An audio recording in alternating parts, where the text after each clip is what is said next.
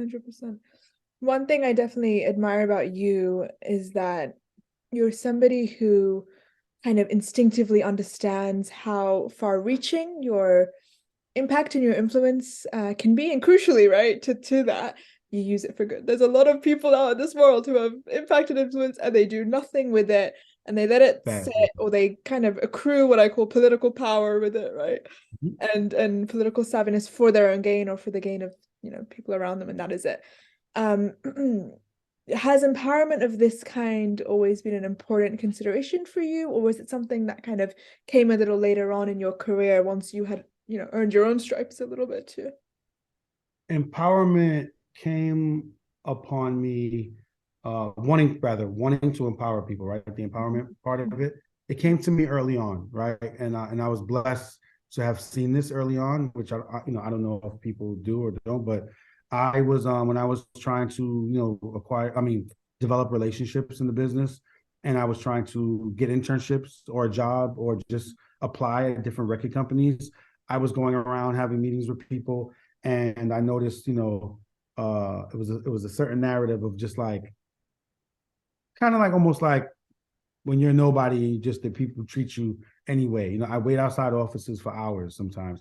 I wait outside offices for hours with not a complaint in the world, Mhm. just to have the person come out and be like, "Oh man, we got to do another day."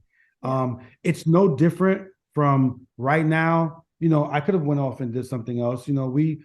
I kind of missed my time. Then you missed the time, Mhm. and I could have been like, "Well, fuck that." Now I'm not. I'll do it tomorrow. I'll do it another day. Where it's like, I don't need to do that, right? Like I'm here. I got the time. She's got the time. Let's knock it out. You know what I'm saying? Mhm. And I just want to keep my word. You know what I mean? It's easy to do the other side, right? It's easy to be like, hit Rachel. We'll do it another day. Or it's easy to blow you off. I don't want to do that. So sitting at those offices, kind of like, I guess being played here and there, or just not being, let me not say being played, not taken serious back then. I made myself a promise, literally sitting outside this guy's office that I know till this day. I waited for 3 hours, and then when he came out, he still like curved me, or kind of like brushed me off. Which again, he was busy. It's all good. It's not. I'm not even saying it as a complaint. Mhm.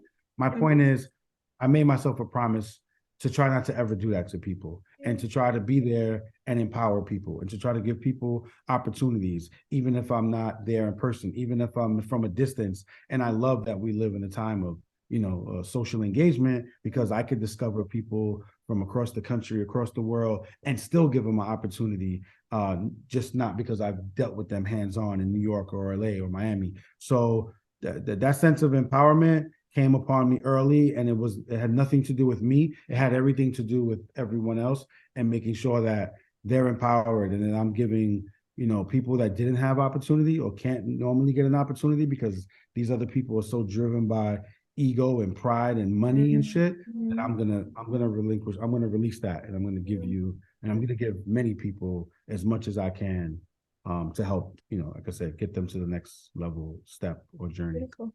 I mean, we're grateful that you lead with that humanity, right? And we need more of it, especially for people who have decision-making power, because often we know the narrative, they're white and they're, self-interested, and Yeah.